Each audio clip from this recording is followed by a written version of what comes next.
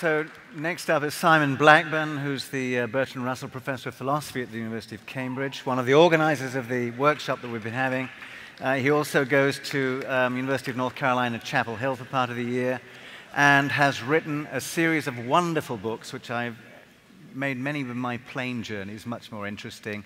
One of the more recent ones is How to Read Hume.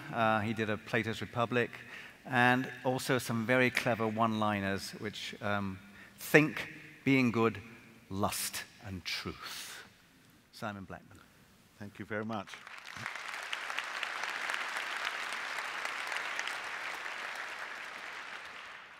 Yes, I was very pleased to be able to write a book called Lust between a book called Being Good and another one called Truth, because that's not where lust usually comes.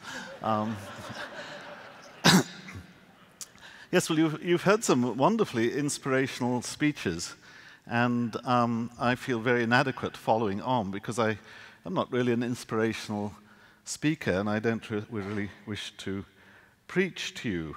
Of course, much of what has been said I agree with. I agree with Lawrence that it's not a very good idea to go around with your eyes shut or to let your fantasies determine what you think the world is like, as opposed to empirical investigation. I think we can all put our hands up to that. I agree with Peter Singer that we could be more charitable, and I believe that charity is a virtue, and I think we probably should be more charitable. Although I also agree with Pat Churchland that charity is very easily misdirected, and in some cases, such as massive aid charity to Africa, there's a nasty fear that it can do more harm than good, and often does. So it's got to be tempered by an intelligent awareness of the consequences. So all these things I thoroughly agree with. I also agree, of course, that our values can be tempered by science. I think, for example, that our further understanding, for example, of the similarities between the male brain and the female brain will march alongside other cultural causes to assist in the equality of women, and I hope it very much does so. I think measurements of identity of intelligence, identity of skill, identity of other cognitive functions, that would be a scientific measurement, and it could also insist, for example, in breaking down racial barriers and in breaking down gender barriers. So, of course, science can inform our values and should inform our values, and I think we all put our hands up to that. As to whether you need nothing but science, which I think was the message, the first message we heard, I'm afraid I don't agree with Sam about that, and neither do the other three speakers I think we've heard so far. And the reason, I think, is an important reason. It's a philosophical reason. I'll just spend a couple of minutes saying why I think it's so. It seems to me that values, well, let's start one step further back. Virtually all philosophies of mind recognize two different kinds of mental state. There are mental states whose business is to reflect the world as it is, to represent the world, to, in other words, inform you, for example, about the environment in which you are to act. And those go by the name of beliefs. If a belief is sufficiently certain and sufficiently well tested, you might call it knowledge. So there are beliefs about the world, knowledge about the world, and their business is to reflect the world as it is. But then there are mental states like desires or intentions or concerns. Now they have a slightly different, the usual metaphor that philosophers use is directions of fit. They're the things you care about. And their function is to motivate you to get the world to conform to the content of the desire. If you desire to go to the beer and get a fridge, you want to change, to go to the fridge and get a beer.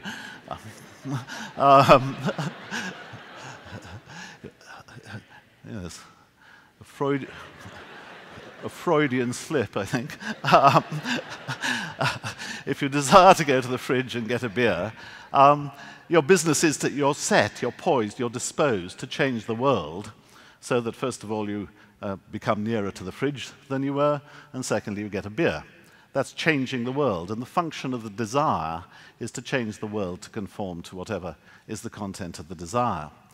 Now, many, many moral philosophers, myself included, put values on the desire side of those mental states. The job of values is to orientate you towards the world, to orientate the way you behave, to, as it were, reflect what you care about and what you desire. It's not just what you desire, it's what you are concerned about in much more important ways.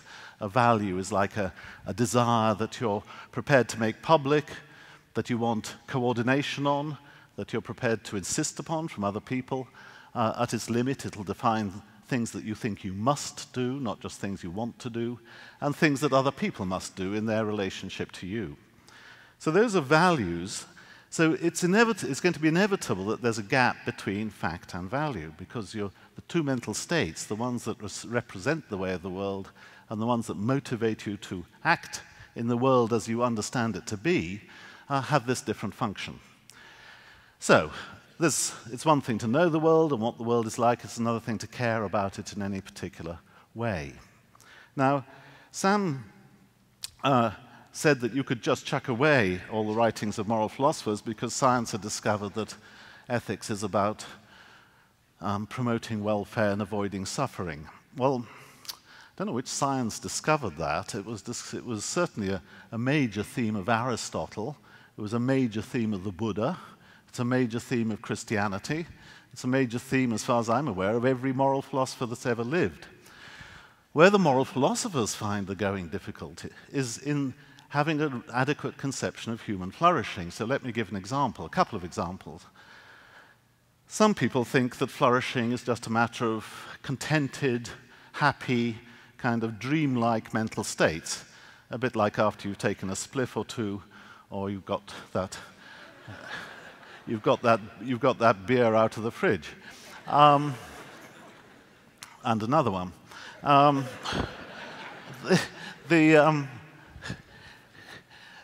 This was the target of, for example, Brave New World by Aldous Huxley. He wrote about a world of sort of zombies, happy zombies kept in a kind of dreamlike, contented state by a combination of drugs and lies. Another way you can be happy, you can flourish, is by living in a fool's paradise, by turning your face away from the things that might make you unhappy, or just being ignorant of them. So you could take two people in identical apparent mental states. Each of them believes they're living the American dream, but one of them is in complete illusion. He believes that his wife loves him, his children love him, his job is going well, his colleagues respect him. None of that's true. He's living in a fool's paradise. And according to Aristotle and many moral philosophers following him, that man is not flourishing. Because he's living under an illusion, he is, however happy he may say he is, and however happy he might appear to be by some neurological measure, since it is not a life of achievement and of real truth and attainment to a way of being in the actual world, he is living in a fool's paradise. Again, other people have had conceptions of flourishing which included suppressing desires rather than satisfying them. The Buddha did this, Stoicism does this.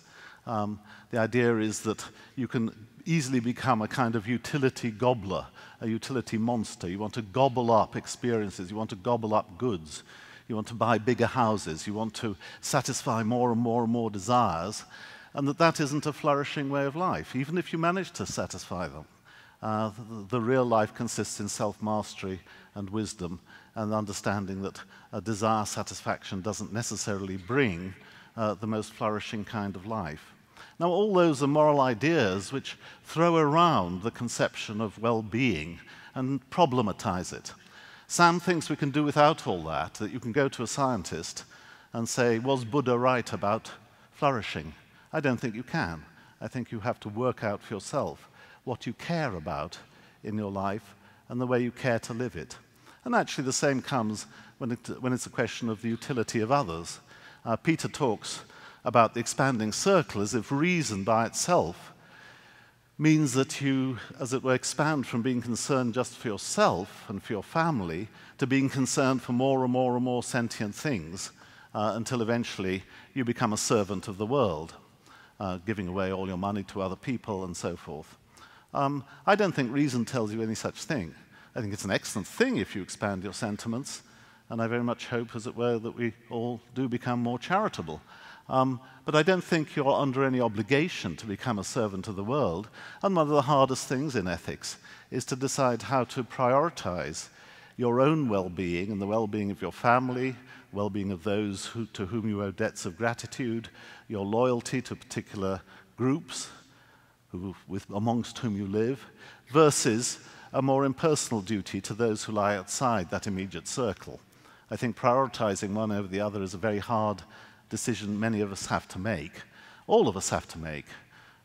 Every time you take your children on holiday, you could be saving 3 children in Africa, their death or their eyesight or whatever. And yet people do go on taking their children on holiday.